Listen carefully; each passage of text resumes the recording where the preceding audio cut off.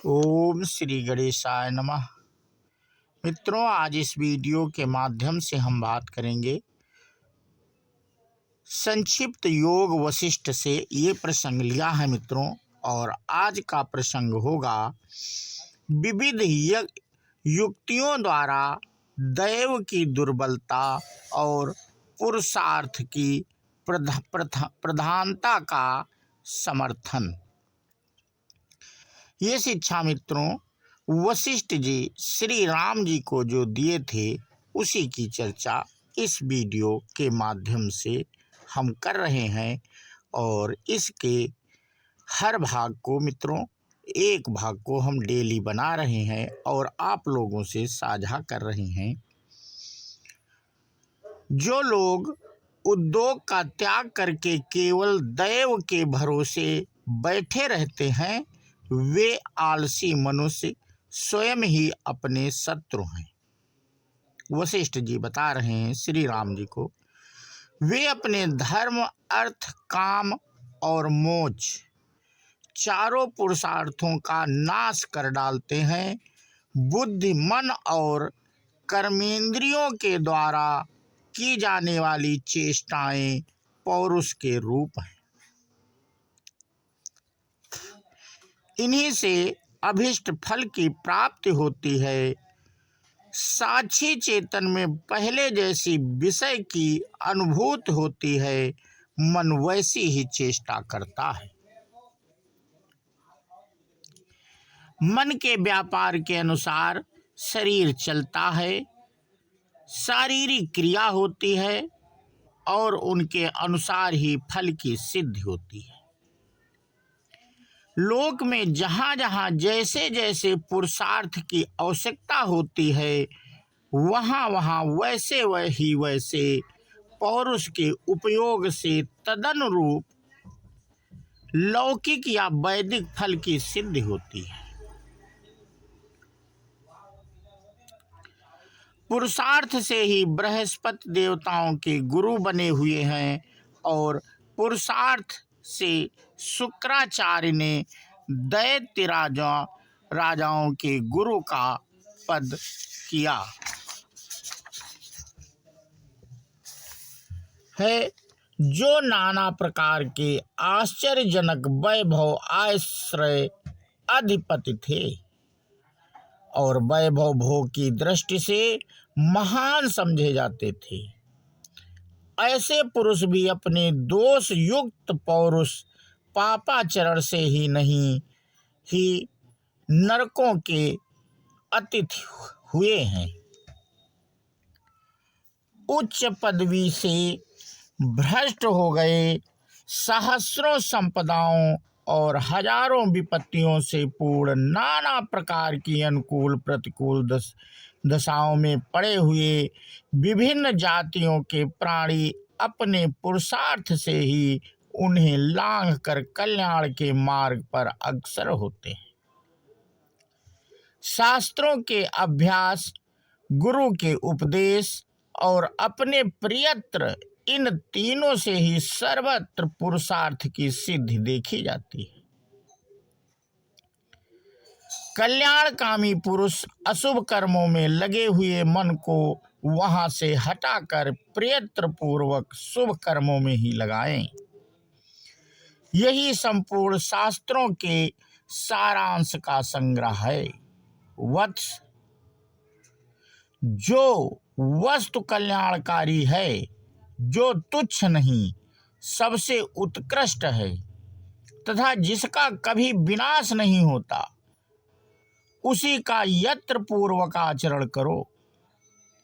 यही सब गुरुजन उपदेश देते हैं। पौरुष से ही अभीष्ट वस्तु की सिद्धि होती देखी जाती है। पौरुष से ही बुद्धिमानों के कल्याण मार्ग में प्रगति होती है।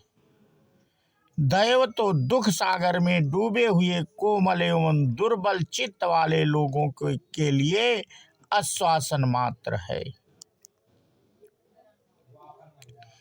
लोक में प्रत्यक्ष आदि प्रमाणों द्वारा पुरुष का प्रयत्न सदा सफल होता देखा गया जाता है। पुरुष अपने पौरुष से ही देशांतर में आता जाता है। उत्तम बुद्धि वाले मनुष्य पौरुष से ही उन भीषण संकटों से अनायास पार हो जाते हैं जिनसे पार पाना अत्यंत कठिन होता है। यह जो व्यर्थ दैव की कल्पना की गई है, उसके भरोसे वे संकटों से पार नहीं होते। जो मनुष्य जैसा प्रयत्न करता है, उसे वैसा ही फल प्राप्त होता है। इस जगत में चुपचाप बैठे रहने वाले किसी भी मनुष्य को अभिष्ट फल की प्राप्ति नहीं होती। श्री राम शुभ पुरुषार्थ से शुभ फल प्राप्त होता है और अशुभ पुरुषार्थ से अशुभ। अतः तुम्हारी जैसी इच्छा हो वैसा करो।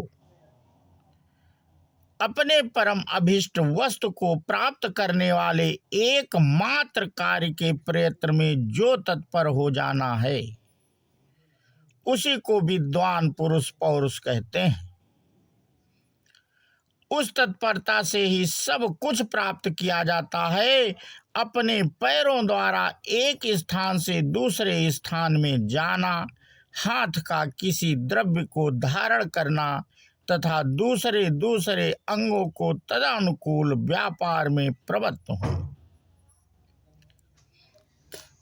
यह सब पुरुषार्थ से ही संभव होता है, दैव से नहीं। अनर्थ की प्राप्ति कराने वाले एकमात्र कार्य के प्रयत्न में जो तत्पर होना है, उसे विद्वानों ने पागलों की सी चेष्टा बताई है।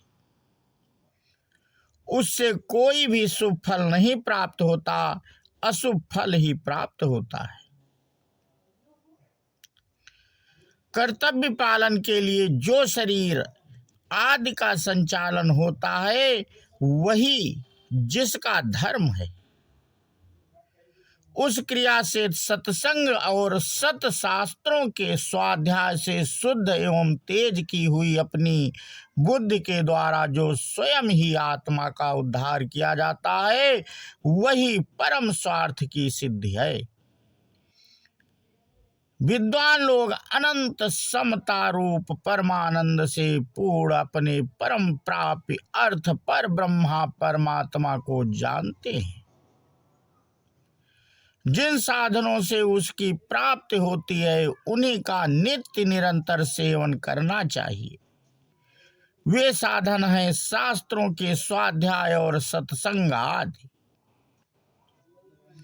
जैसे शरत काल में सरोवर और कमल एक दूसरे की शोभा बढ़ाते हैं, उसी प्रकार सद्बुद्धि सत शास्त्रों का अभ्यास और सत्संग रूपी गुण विकसित होता है तथा सत शास्त्रों के स्वाध्याय और सत्संग रूपी गुण से सद्बुद्धि की वृद्धि होती है। चिरकाल के अभ्यास से ये दोनों एक दूसरे के वर्धक और पोषक होते हैं। बाल्यावस्था से ही पूर्णता अभ्यास में लाए गए शास्त्र और सत्संग आदि गुणों से पौरुष द्वारा अपना हितकारी स्वार्थ सिद्ध होता है। तो मित्रों, आज का प्रसंग हम यहीं पे समाप्त करते हैं और इसके आगे की कथा हम अपने अगले वीडियो के माध्यम से साझा करेंगे।